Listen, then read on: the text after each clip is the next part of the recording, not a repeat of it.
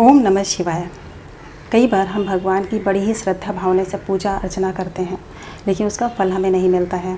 मैं प्रीति शुक्ला आज मैं आपको बताऊंगी कि वो हम क्या गलतियां करते हैं जिसकी वजह से हमारी पूजा पाठ का हमें फल नहीं मिल पाता है। आषाढ़ महीने के गुरु पूर्णिमा के अगले दिन से श्रावण स्टार्ट होता है। श्रावण में भगवान शिव और माता पार्वती की पूजा अर्चना की जाती है। भगवान शिव और माता पार्वती को जल, दूध, दही, चावल, तिल, बेलपत्र आदि वस्तु चढ़ाई जाती हैं, जिसका श्रावण में अगर हम चढ़ाते हैं तो उसका कई गुना फल हमें मिलता है। वैसे तो आप हमेशा चढ़ा सकते हैं, लेकिन अगर आप हमेशा नहीं चढ़ा पाते हैं तो श्रावण में ज़रूर चढ़ाइए। अच्छा, हम सब गलतियाँ क्या करते हैं? हो सकता है आप भी करते हों। वो क्या गलतियाँ हैं जो हम जाने अनजाने में करते हैं और जिसकी वजह से हमारी पूजा पाठ का हमें फल नहीं मिलता है। और फिर हम बाद में भगवान को ही बोलते हैं, मैं तो आपकी इतनी पूजा करता हूँ, इतना पाठ करता हूँ, लेकिन फिर भी आप हमारी सुनते ही नहीं हैं। अब भगवान को ही दोष देते हैं, लेकिन गलतियाँ तो कई बार हम खुद कर रहे होते हैं। चले जानते हैं वो क्या है। जब भी आप भगवान शिव के मंदिर जाएं तो आप जल लेके जाएं अपने घर से। अगर आपके घर से मंदिर दूर है तो आप एक बोतल में जल लेके जाएं। अक्सर हम क्या गलती करते हैं कि मंदिर में जल भी मिल जाएगा और लोटा भी मिल जाएगा तो वहीं से लेके चढ़ा देंगे। ज़रा सोचो आप कि जब आपके घर कोई आता है, आपके ही घर की चीज़ें आपको दे तो आपको कैसा लगेगा। लेकिन वो जब अपने घर से कुछ लेके आता है या रास्ते से कुछ लेके आता है आपके लिए, तो आपको बहुत अच्छा लगता है। इसी तरह जब हम अपने घर से लेके जाते हैं भगवान के लिए, भगवान ज़्यादा प्रसन्न होते हैं। लेके जाइए, उसके बाद में वो जल चढ़ाइए भगवान शिव जी को, माता पार्वती को। चढ़ाने के बाद में थोड़ा सा जल घर वापस लेके आइए। चढ़ाने के बाद थोड़ा सा जल मतलब ऐसा नहीं है कि आपको जल बचा लेना है, जल को पूरा ही चढ़ाना है। पूरा चढ़ाने के बाद में जो जल शिवलिंग से नीचे गिर रहा होता है उसमें से थोड़ा सा आपको लेना है। वो जल लेके आप अपने घर पे आइए, क्योंकि भगवान हमेशा हमारे साथ आने के लिए तैयार होते हैं, लेकिन हम हैं कि लेके ही नहीं आते उनको। और फिर हम उनकी ही गलतियाँ बोलते हैं कि आपने हमारे साथ ऐसा किया, वैसा किया, इतने दुख दिए, इतनी तकलीफ़ें दी, मैंने तो किसी का कुछ नहीं बिगाड़ा था। आपने किसी का कुछ बिगाड़ा नहीं, लेकिन आप गलतियां तो करते हैं ना।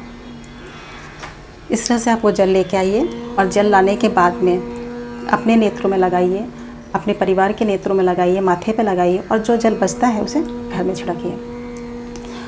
अगर आप घर के मंदिर में भी पूजा कर रहे हैं तो आपको ये काम घर में भी करना है।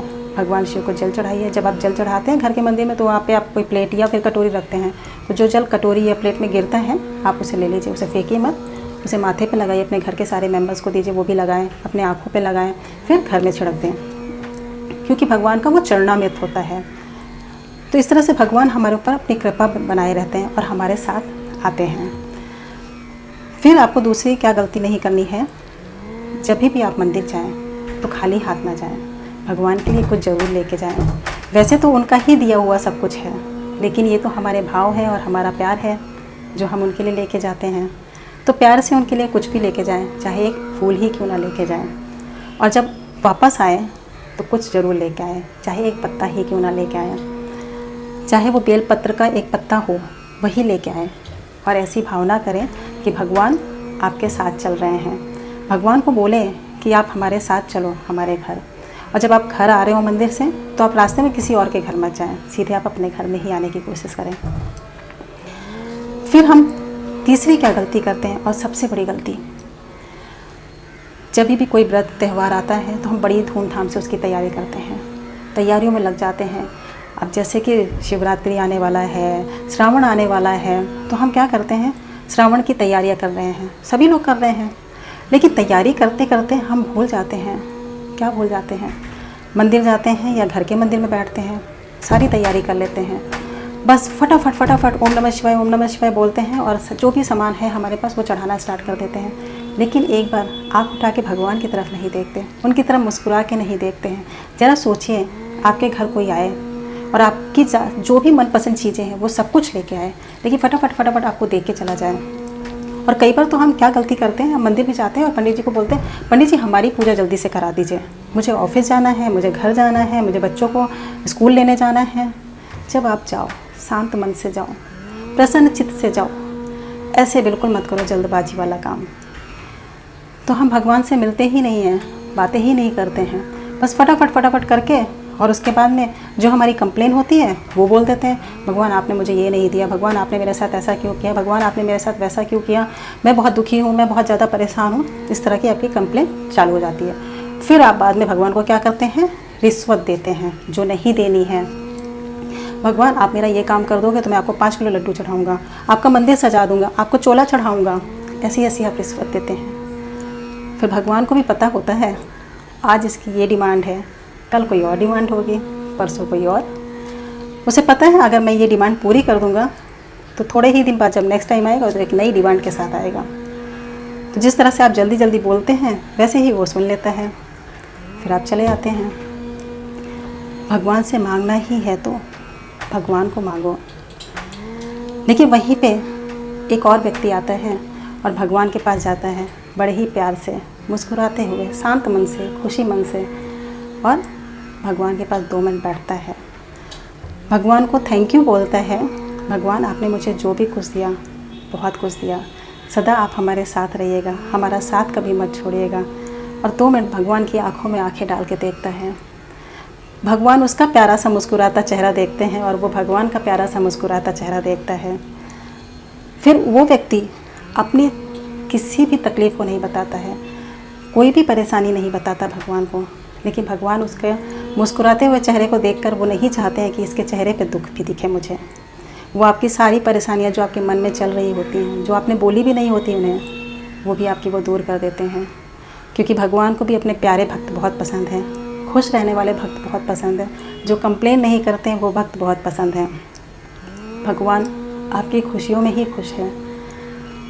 तो आप भगवान को हमेशा धन्यवाद कीजिए, क्योंकि भगवान ने हमें बहुत कुछ दिया है।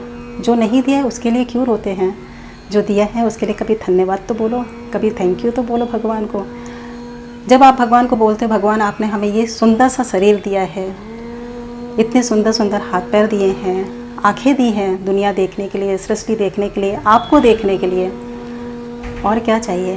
प्यारे प्यारे माता पिता दिए हैं, भाई बहन दिए हैं, जो आपकी तरह मुझे प्यार करते हैं, मेरा ध्यान रखते हैं। तो अगर आपको मांगना ही है तो भगवान से सिर्फ इतना मांग लीजिए, हे प्रभु आप मेरे साथ रहिए, मुझे सद्बुद्धि दीजिए, ज्ञान दीजिए, और सत्कर्म मैं करूं हमेशा, कभी भी किसी का दिल नहीं दुखाऊं, सब पे प्यार से बात करूं, सबके साथ में खुश रहूं और खुशियां ही बांटूं। ऐसी ही आपको भावना रखनी है, पूजा पाठ करना है। कोई ज़रूरी नहीं है कि आप बहुत बड़ी बड़ी पूजाएं करें, बहुत कुछ चढ़ाएं।